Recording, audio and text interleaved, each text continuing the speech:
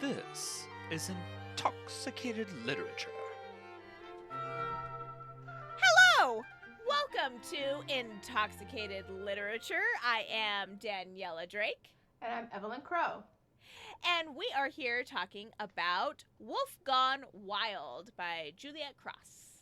Yes, this was actually a really cute book. It was fun. I had a lot of fun reading it. It was fun. It was light, fluffy fun, right? It was. Yeah. Yes. That's what I enjoyed about it. And I will say that people frown upon it, but I call it like McFantasy. But I love it. I love it so much because everyone's like, oh, but poo poo. But every so often you just want to get like the fast food of fantasy. This is the thing. Like when I'm looking for something that I can read and enjoy, maybe put down and pick back up, this is the kind of book that I'm thinking of because there's no surprises. You know what you're getting. It's still super fun and entertaining, and that's exactly what I'm looking for. 100%. And I'm not saying it's bad because I rated it 4 stars. Absolutely. I gave it 4 stars as well. Yes. I thought it was super fun. I loved the characters. Nothing bad about this. No, Absolutely not at all. Bad about it's just you know what you're getting. Yes. As soon as you pick it up, you know exactly what it is. Yes. 100%. So, Wolf Gone Wild is so I want to talk about this genre-wise because I write urban fantasy, and I think this is urban fantasy, or is this paranormal romance? I would consider it more paranormal romance because the romance is more forward than the paranormal. So here's the thing. I want to talk about this because I would say that a paranormal romance always takes place in a place that is not the real world. Does it? I would argue that it doesn't. And like an alternate universe, let's say. So that's interesting because I feel like I have read many paranormal romances that were urban fantasy adjacent. Okay. Because they were in the real world with fantasy components, but the romance is the main plot, which is why I would consider them paranormal romance. So what makes an urban fantasy an urban fantasy? I would say that the romance, if there is any, and sometimes there isn't, if there is romance, it's kind of more of a B plot. Okay. Right? Okay. So I would say even like October Day would be more urban fantasy than it would be paranormal romance. Because there is romance, but it's not the main focus of the story. Okay. What do you think about that? I see that. Okay. That makes sense, I think. Okay. Because this was an interesting mix. Oh, because for sure. You are in New Orleans. Yeah. Which is a urban city. Absolutely. Absolutely urban. And then you have, like, urban problems. Yeah. It's not just, paranormal-ish. Right. Which brings the question, is it a paranormal romance or is it an urban fantasy? But because it is definitely a romance story, I would tend to agree it is a paranormal romance story.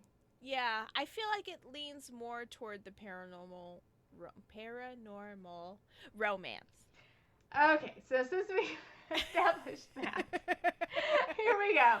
We are intoxicated literature and we are drunk. And we are going to talk about one adult content. We are going to probably use profanity because we are intoxicated. Yes. And if you are under 18, please vacate the premises. Bye. Yes. Bye-bye. Come back and in there will a be few years. Spoilers. Always. We will spoil everything because we do talk about the book because we love it. Yes. This was a good book. It I was love a this good book. Yeah. It was a fun read. It was a quick read. It was entertaining. It was exactly what I was looking for. Yeah. I love a good escapism. Exactly. Yeah. So good. Yeah. Okay. So we have Mateo Cruz. Now, okay, let's talk about the werewolves in this book.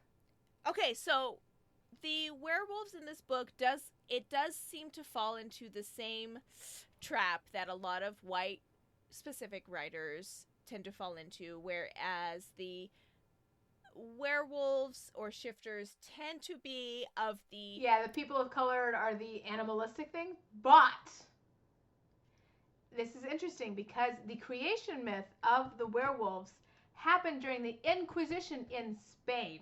So they're European in creation. Yes, which and I thought was not- actually, that was one of the more interesting aspects of this book, I thought, because Yes. it was very clear that it happened during the Spanish Inquisition. It was because a witch was being tortured by an inquisitor, and she was like, I curse you Yes. to this horrible Yes. thing.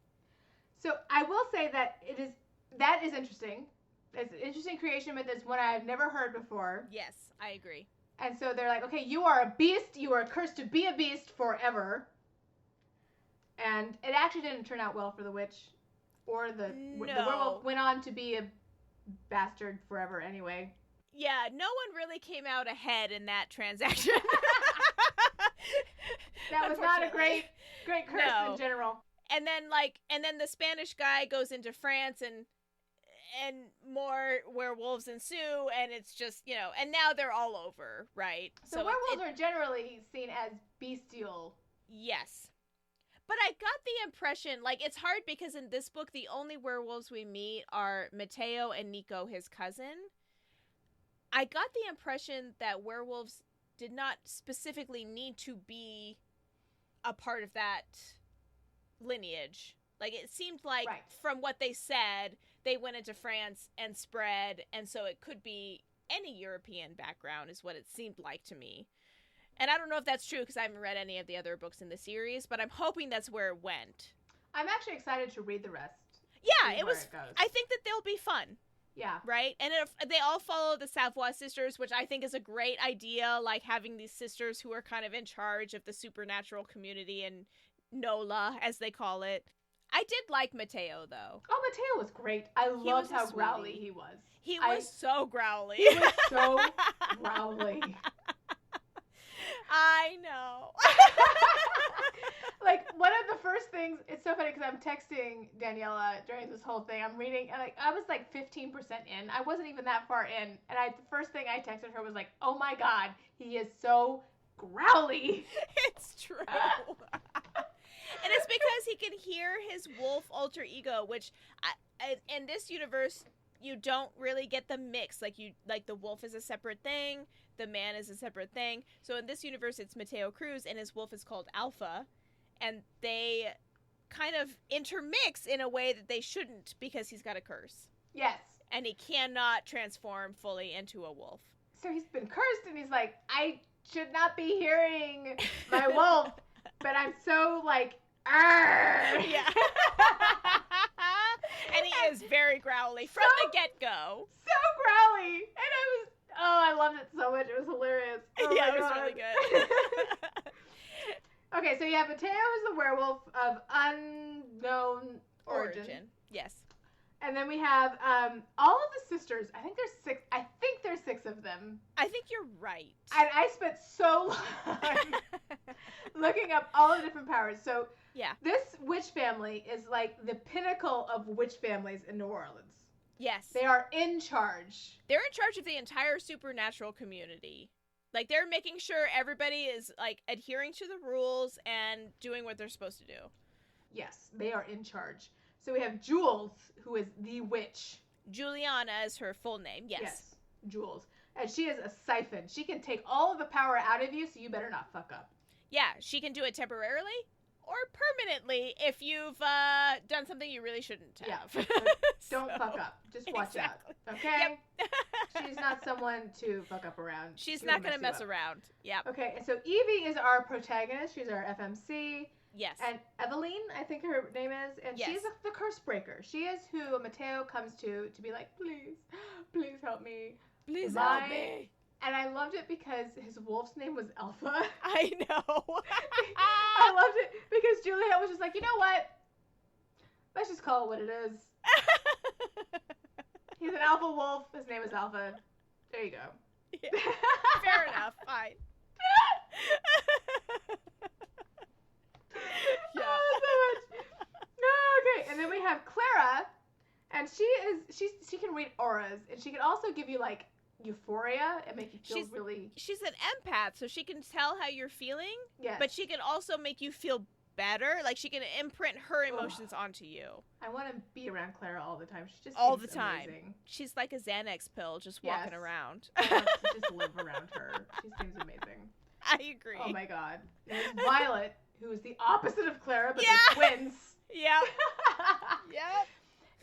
Violet is she's kind of a bitch. She's a little bit abrasive. She is.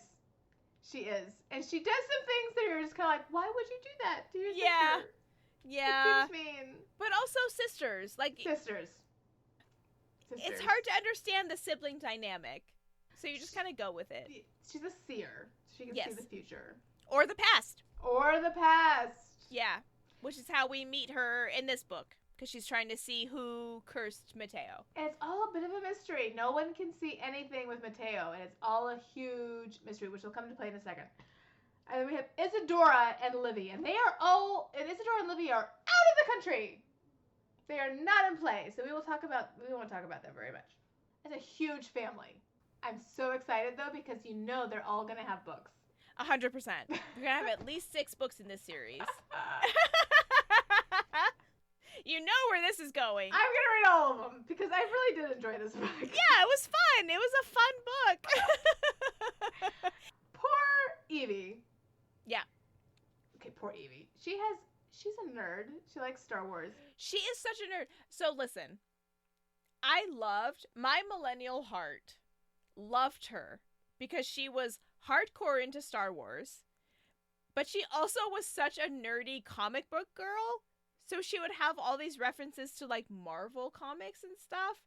And like part of me, sometimes I get annoyed when authors add like pop culture and stuff because it dates the book, right?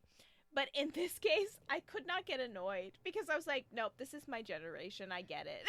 It really was. I mean, she was referring to like Deadpool and Wolverine and all sorts of things. It was done in such a way that it didn't date it. No, it also didn't feel intrusive. Like sometimes it takes you out and you're just like, oh my God, stop. But this did not feel like that. It wasn't specific enough to date the book. And it just felt like part of her. Like, she was just excited about this thing, and she was like, I'm going to go to the comic book. I go to the comic book store every Wednesday. Like, I just want to go see if they have a new comic for me. And it just felt like such a part of her that you couldn't even be upset about it. Yeah, she was great. I loved Evie. Mateo first meets Evie when he's choking out somebody at her bar. Yeah, it was unfortunate. Because Alpha decides to take exception to somebody who bumps into him accidentally. He startled him, and he was like, you must die! Yeah, and Eva's just like, whoa! Everything's good! This is excessive. Let's not do that. Don't kill a customer in my bar. Here's the thing about Evie's family. So here, I think the magical community at large, actually, is they have a kind of tendency to discriminate against werewolves. Yeah. They tend to see them as violent or bestial. Well, so there is a rule in her family, no werewolves, right? Jules has made it clear that they are not supposed to fall in love with werewolves. I actually saw this as a kind of a plot. Hierarchy? No, it was kind of a plot. I wouldn't say hole. Okay. But like a hiccup. Because it started out like, no werewolves! And then as soon as she talked to Jules was like, okay. No, well, this is what I took away from that, because I understand, having read it a second time, it actually was interesting to me, because that interaction that they have with Jules, where Evie is asking kind of like, hey, this guy really does need help. He wants me to break this hex. And Jules goes, well, when I said no werewolves, I really just meant don't date them. Which seems weird, though, too. Well, and this is, I do agree with that. Like, it was like, it felt weak, the way she was like, well, I just meant, like, they're volatile and you shouldn't really, like, trust them. There's a definite discriminatory aspect to it. Yeah. And by the end of the book, it's not really there. Yeah. There hasn't been any work. Out. Yeah. It doesn't go anywhere. It's just exactly. Like, and the thing is, it's like this in a lot of romances. I'm not dissing it. I'm not saying it's like, okay, sure. Yeah. Okay. It's just one of the things where you're just kind of like, okay, that went away. We made it past our biases, I Yeah. guess. So Okay, sure. great. We've learned, we've grown. Okay, yay. Yeah, so I imagine we'll see it come back when Nico has his book. I'm sure we will see Right? it come back Because with it's Nico and Violet, right? Who are gonna, you can tell that that's Yes. been set up. Because Nico actually has connections with bad people. Yes. So I imagine that will come back with Nico. Yeah, in his I book. think that'll So come back. So we'll but see yeah. how that plays out. I'm curious to see how she handles that. In this book, though, it does not come into play. And I imagine that prejudice is there from books they've read Yeah, and general prejudice in the community at large. I think so too. Yeah, And not so much personal prejudice. I agree. Because the knowledge that they have as witches is if a person is a danger to society, they are obligated to help them. To help them, exactly. Yep, they have to do what they can to make sure that that danger is negated. So they do, yeah. So Yeah. they do. Yeah. But they don't seem to have a personal, No, hatred. no, and or by the end of the discrimination. book, it's like it never happened. So No, really, it's really yeah, odd. it's strange. Like they could walk into a werewolf den and be like, "I love you, all of you." It's so weird. Exactly. It's like it Yeah, disappeared. It was a little strange that she hyped it up so much in the beginning, and then it would just kind of went away. So much. Yeah, Like so much. It was so weird. yeah. Again, not dissing it. I just No, thought it was really no. funny. And I think the only supernatural being that might be lower than on the discriminatory scale than the werewolf might be the Grimm, but only because people don't know anything about them. I really hope that one of her future books has a Grimm in it because I want to know more I can about almost them. guarantee you that the Grimm in front of that vampire It den has to be, has right? to be in that one of those books. It has to be. Is it going to be him and Clara, do you think? Because Clara does have a moment where she goes out and talks to him. I can almost guarantee it. Right? Yeah. Because, like, they are so mysterious, and she makes such a big deal about how you don't, like, every big meeting of, like, supernatural beings, like, it's always a new Grimm, so you don't know who's really leading them. You don't really know what they do. Almost guarantee a Grimm is going to be in one of these books. I think so, too. Like, it has to. Yeah. She set it up so much that, like, I would be shocked if it didn't. But they're so mysterious and no one knows anything about them. And so, therefore, they're so untrustworthy because no one knows anything about them. So they're just one level below werewolves. So you have Mateo, who's been cursed to not be able to shift. Yeah. And he can't shift. And so werewolves in this world have to shift or their wolf just kind of goes nuts. Yeah.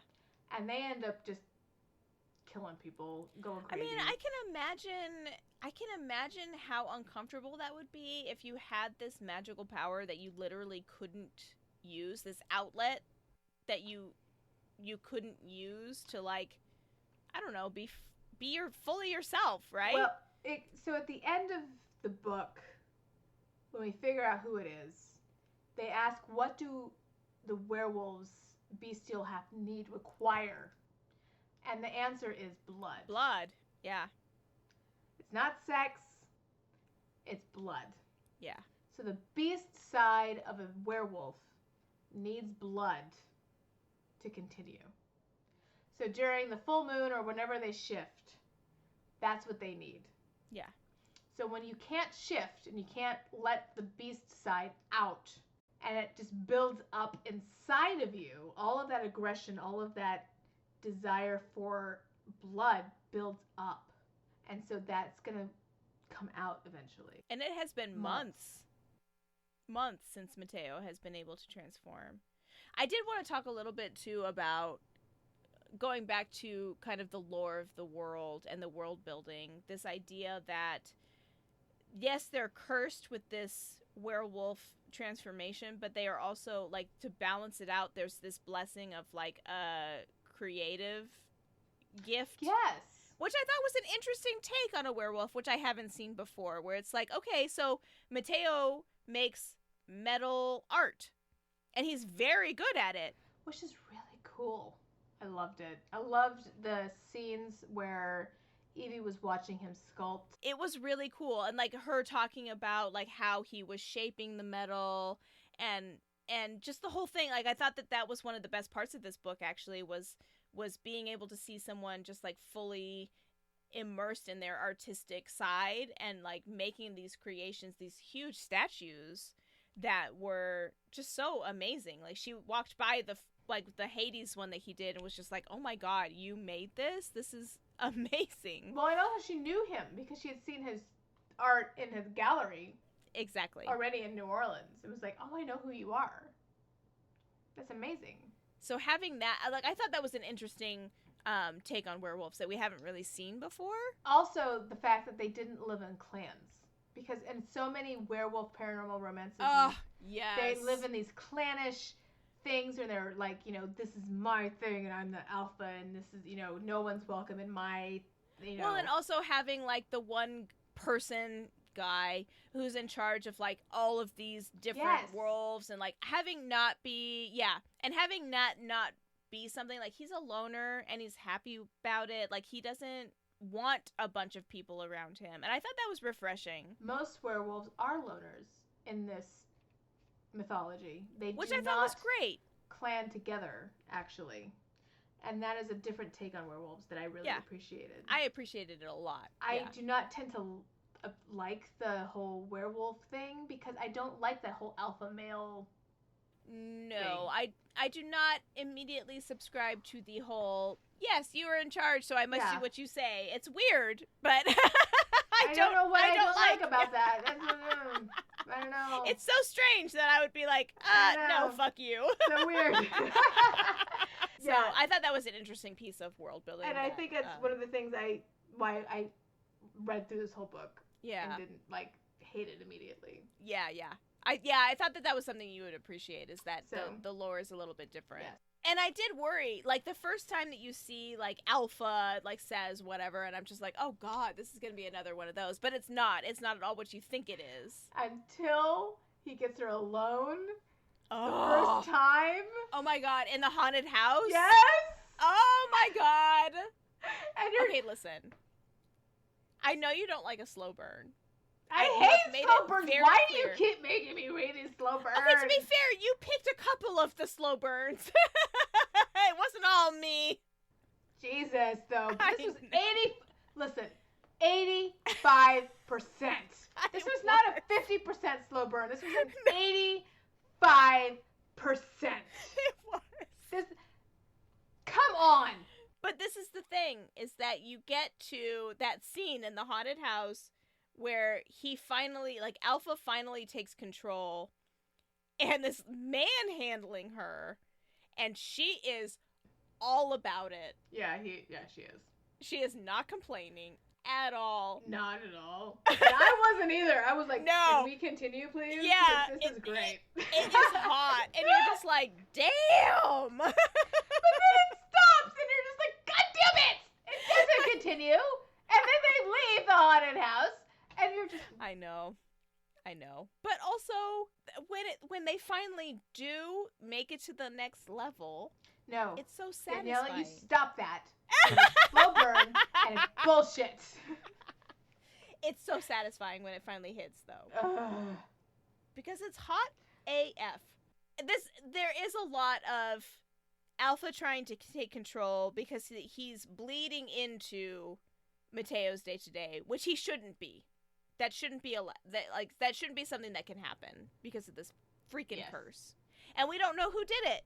Like, for so much of the book, we have no idea. Whoever did it hid their tracks so well. Yeah. And actually, the red herrings were so good, I thought it might be the assistant.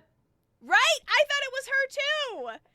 I mean, I won't say that I didn't pick up on who it might have been pretty early on, but I really did think it was between two people. Yeah. And I thought it might be the assistant, and it might have been who it actually was. Yeah. It was between those two people, and I'm like, okay, the assistant? It might be the assistant. I thought she did a good job of, like, kind of throwing you off the track with the assistant. Because Missy, like, she, without intending to, I think, she comes across as a little bit jealous. Yeah. Like, a little bit, like, this is my turf, what are you doing here? Yeah, as soon as Evie showed up, she's like, right? What? Yeah. What? And I don't think that's actually what was going on. It just felt like that. Yes.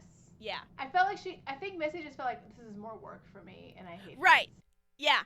I think that's exactly what it was, but it came across as more like, why are you encroaching on my Yes. property? Like, Yes. And yeah. instead it was just like, oh, this is more work. I don't want to do this. Exactly. So, yeah, but I appreciated it. And, like, we don't see, like, it takes most of the book before we find out who, and they try to break the curses, like, 50%. Yeah. Like, they try, like, halfway through to break the curse, and it doesn't work. It doesn't work. And it goes horribly awry. So bad. Yeah. Yeah. The thing with Sandra, who is, like, the actual villain of this book, Yeah. is I would have loved her if she wasn't, like, an evil bitch. I know. Like, she was actually really interesting.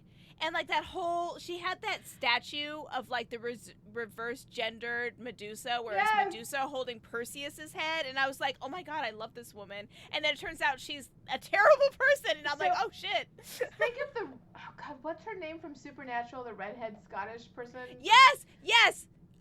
What is her name? Starts with an L.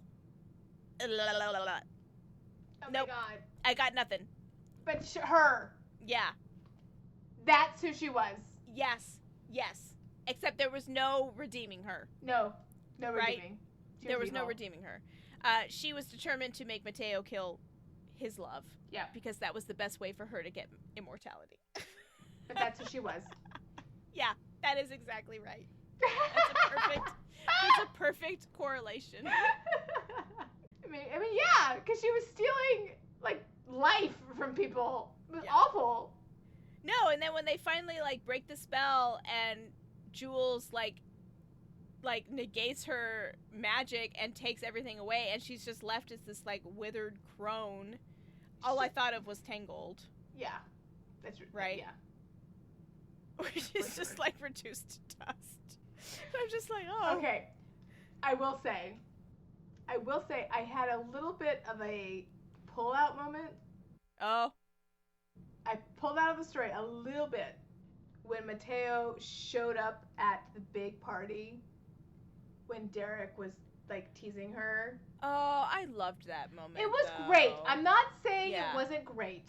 Yeah. But he wasn't invited. I know. It was a witch-only event. Yeah. And then he magically showed up out of nowhere. So I do want to talk about Derek a little bit, because he is, like, the ex-boyfriend that makes he's awful. Evie, he's terrible. He makes Evie question herself. He makes her feel less than, even though he is a complete douchebag. Like, he is just a terrible person. But he still, for whatever reason, makes her question whether or not she's capable. Absolutely. He makes her question herself so much she doesn't publish her art and her comic book for years. Even though it's so good. Amazing. Like, she's so talented. And having Mateo, like, this is what I appreciated about that scene. Because as a person who has a hard time sharing my feelings, I appreciated that he recognized that she needed him. And so showed up for her. Even though she didn't know fully that was something she needed, right? Again, not denying. I did also have the thought, when he first showed up, I was like, oh God, I hope they don't kill him for showing up to this thing. I mean, it was a witch-only event. He's the only non-witch in the place, and he just saunters up like it's completely fine for him to be there. And I'm just like, I mean, that is some confidence. Dude. Dude. I mean, I would have fucked him. Right? That's what I'm saying.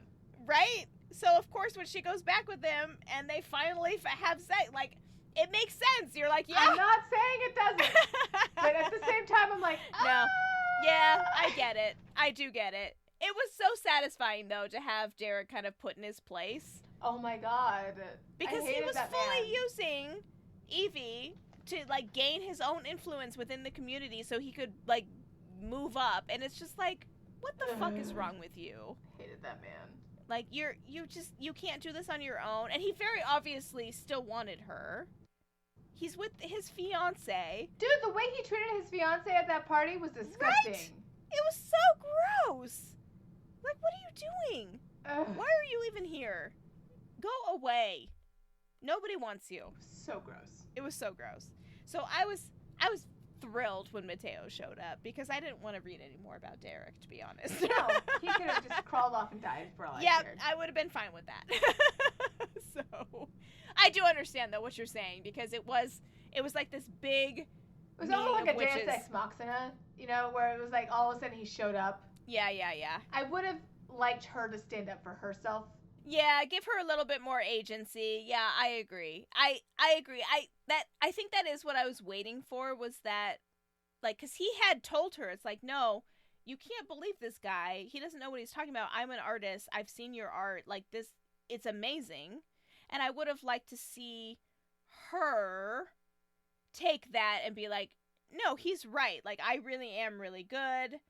Like, fuck you for trying to make me feel like I'm not good enough. I think that's what I wanted. I think I wanted her to have that confidence on her own. Yeah, that makes sense. Yes. Yeah, I get that.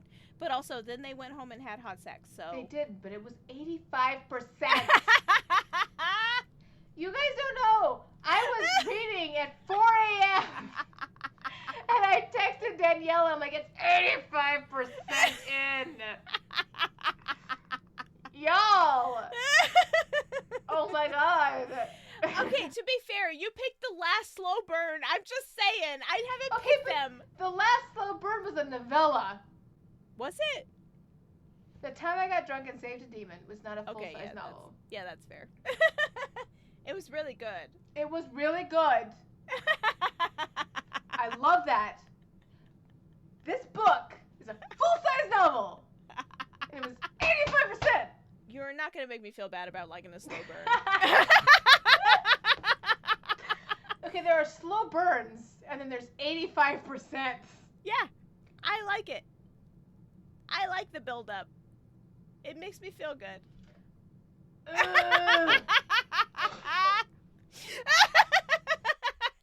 Agree to disagree. Y'all can't see me. I can't wait for the day when we actually videotape these I know, sessions we because really should. I swear. Oh my god. I'm a little worried. I feel like I should call an ambulance just to be on standby because she's got this vein that's throbbing on the side of her head, and I'm a little concerned. That's okay. That's okay. It's okay. It's alright. Yeah. It's alright. Anyway, solid book. I love this book. Yeah, I thought it was just really fun. It was again, I read it I think in an afternoon, but it gave me exactly what I wanted. It's a good escape book. Exactly. It's warm and fuzzy. It's exactly light and fluffy. Happy which ever is what I after. wanted. Yeah. Yep. Exactly what I wanted. So that's it fulfilled the need that I needed it to. So definitely check it out if you're looking for something that's light and fluffy and a little bit of escapism. And there's a whole series. There are going to be at least 6 because there are 6 sisters. So. I mean, I already have the second book on my Kindle, so it's not like I'm like... I mean, I hated the slow burn, but it's still hell yeah, the second book on my Kindle. I don't know. I don't think the second one's going to be a slow burn. I hope not, because if it's between Ruben and her sister, the tension was already really there. Yeah. Yeah. And if I'm guessing, it's going to be hate fucking. Oh, that would be so good to read. And that's my favorite. I love hate fucking. Because they get so pissed off. They get so pissed off after, it's hilarious. Because they're like, I can't believe I fucked you, and now I can't talk to you for like a day after. And then they're like, but I really had a good time with you. So now I have to fuck you again. So... Danielle's learning a lot about me. I am learning so much. No, the hate fucking is my favorite. Arranged marriages are my favorite. I love arranged marriages. I don't know what it is about arranged marriages, but I really like them. You like the forced proximity type. I do. Yeah. Hate fucking. Yeah. I don't know what it, like the intense emotions. Yeah, that makes sense. I could see that. Yeah, I could see that. But it goes along with this because Alpha's like totally at the forefront. So... totally right up my alley. So I never would have pegged you for someone that would like the hate fucking trope. Learn something new every day. There you go. Anyway, back to Wolf Gone Wild, which, by the way, is a great title. So, yeah, Ruben was great. I love Ruben. That whole scene with Ruben was fabulous. I thought that was so fun. He wasn't what I expected. He was exactly what I expected. Really? I have read a lot of paranormal romance. Well, I just like felt like they were like, "Oh, you have to ask Ruben for this book," and then he showed up, and I was like, That's not what I thought we were gonna get." When I learned that he was a vampire, Oh yeah. I went, "That is exactly what I expected." Yeah, that's fair. And when Jules said that we're all going over and it's going to be a date, I went, "This is not going to be the date." It was exactly how I expected it to go. Yeah. I loved it though, because he was so amused by the whole thing. Oh yeah. Like he just thought it was so funny. He knew exactly what she was doing, and he called her on her shit, and it was hilarious. I loved everything about it, and it's one of the reasons why I downloaded the next book, because I know it's going to be Juliette, or Jules, and Ruben, and I cannot wait. Yeah, I thought it was pretty I funny. know there's going to be angry sex in there. I can almost guarantee it. Yeah. Yeah. I know. Because she's trying so hard not to be a part of that, right? 100%. I did enjoy, like, one of the things that I actually did appreciate in this is that every supernatural being has a long lifespan. Yes. So even the witches get to live for centuries. Mm-hmm. So, like, if she does get paired up with a vampire, it kind of makes sense instead of having a human who's going to live for maybe 100 years.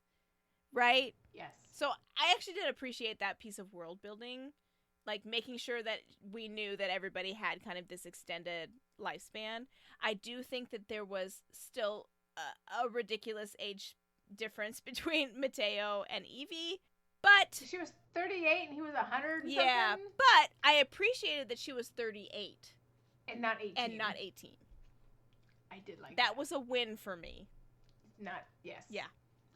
She was at least over drinking age. Yes. So thank you very much. Oh, her. speaking of drinking, what are we drinking What are we tonight? drinking? We didn't talk about Oh, it. we didn't talk about it. We're drinking the Spider's Bite. Spider Bite Martini. Yes. Spider Bite Martini, which was mentioned in the book. It was. And it was It's really delicious. fucking delicious. It's so good. Really strong. I had several of those. Me too. And it's great because the Spider's Bite Martini has several different variations.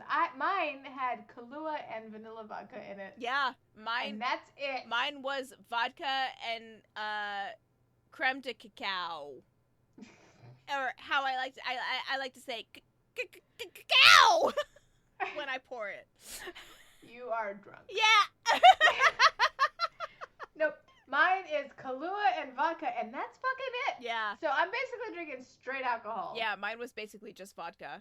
And I made a super batch because I wanted to make sure that I was ready for our podcast. So. Same. I've had 4 of these. Yeah, it's a lot. So when we say it's intoxicated literature, we are not lying. We are not lying. We are honest people. In fact, I just spilled some of this myself, so. We've also been drinking. I feel like we've been starting later and later when we record these, which means that we're more drunk every Drunker time. and drunker. So we do this you guys for are you, benefiting beautiful from people. all of it. Anyway. The next read. Yes, that we are next doing time. is my pick. Yes. Okay, no, I'm going to talk about this because I have been hyping up Marie Moravia for like a year since I've read these books. And I love these books. They're my favorite books. She's working on her 3rd book. She's an indie author. And we are going to be reading Skeletons of Society. And I'm so excited. I am not as excited, but I'm going to give it a try because I trust you. You're so good. I trust Okay, you. look. Here's the thing. I did not like cartel and Mafia. mafia Yeah. stuff. And then I read some of these books are so good. And Marie Moravia is a treasure. I love her so much. So is this a slow burn or? Absolutely not. Why I refuse not? to read another slow burn after like the last 5.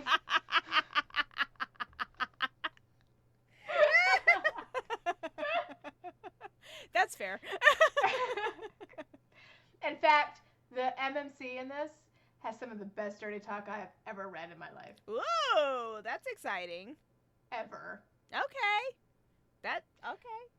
And introduced something that I would never do in real life, but in a book made me go, am I into that? Oh, let me tell you, there have been plenty of books where I was like, I didn't think that would be something I would enjoy. I definitely said that in this book.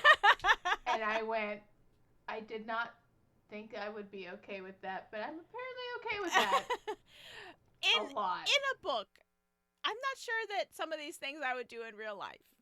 I definitely was okay in a certain instance in this book, but not in other instances in this book. So there were two different instances of where this occurred, and we'll talk about this when we read this. Right. And we'll see what you think. Okay. Well, until next time, I am Daniela Drake. And I'm Evelyn Crow. And this is Intoxicated Literature. Have a good night. Thank you for joining us for this episode of Intoxicated Literature. Drink well, friends.